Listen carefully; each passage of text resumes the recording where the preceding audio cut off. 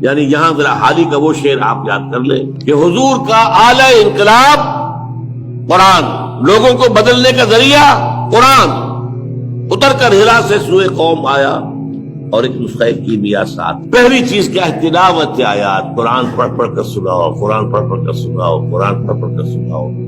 یہ یاد رکھیے حضور نے کبھی کوئی لمبی تقریر نہیں کی، کبھی کوئی اپنا فلسفہ بیان نہیں کیا، کبھی کوئی آپ نے اپنا وعظ نہیں کہا، بہت کم، شاذ۔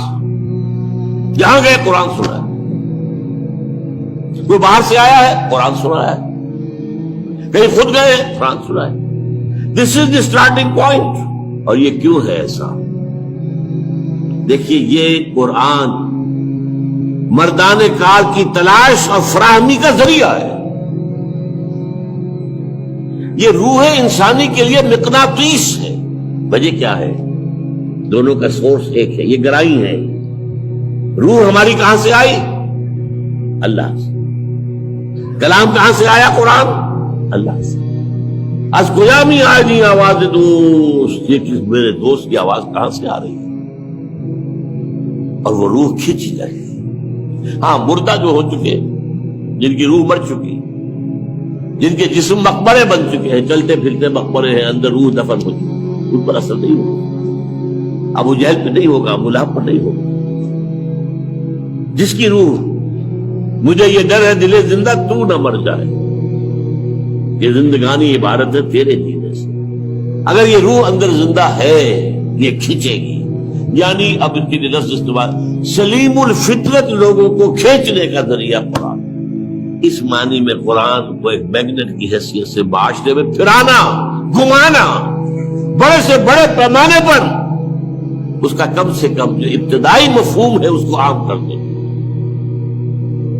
ایک ہے اس پر ریسرچ ہے، اس کے اندر گہرائیاں ہیں، اس کے لیے غوطہ زنی ہے، اس کے لیے بلندیوں میں جانا ہے، وہ نہیں، ابھی تو یہی ہے۔ یہ قرآن اپنی سطح کے اوپر جو شے رکھتا ہے، اس کا جو ایسنس ہے وہ اس کی سطح پر ہے، سطح پر۔ جس کی مثال میں دیا کرتا ہوں کہ جیسے اگر سمندر میں کوئی ٹینکر جو آئل ٹینکر وہ ٹوٹ جائے تو جو اس میں تیل نکلے گا وہ کہاں جائے گا؟ سطح پر رہے گا، اندر نیچے تو نہیں جائے گا، وہ سرفیس پر رہے گا۔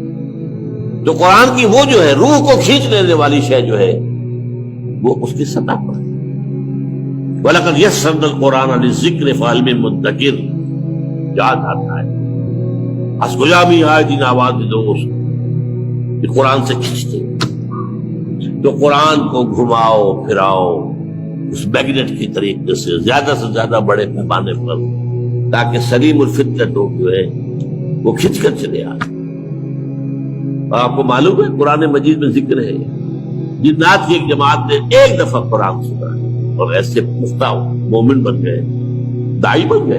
قُلْ أُوحِيَ إِلَيَّ أَنَّهُ اسْتَمَعَ نَفَرٌ مِنَ الْجِنِّ فَقَالُوا إِنَّا سَمِعْنَا قُرْآنًا عَجَبًا يَهْدِي إِلَى الرُّشْدِ فَآمَنَّا بِهِ۔ یہ قرآن کی زندگی تاثیر۔ تو یتلو علیہم آیاتہ سے میں نے آپ کے سامنے رکھا معاشرے میں سے صالح جو فطرت اور سلیم الفطرت لوگ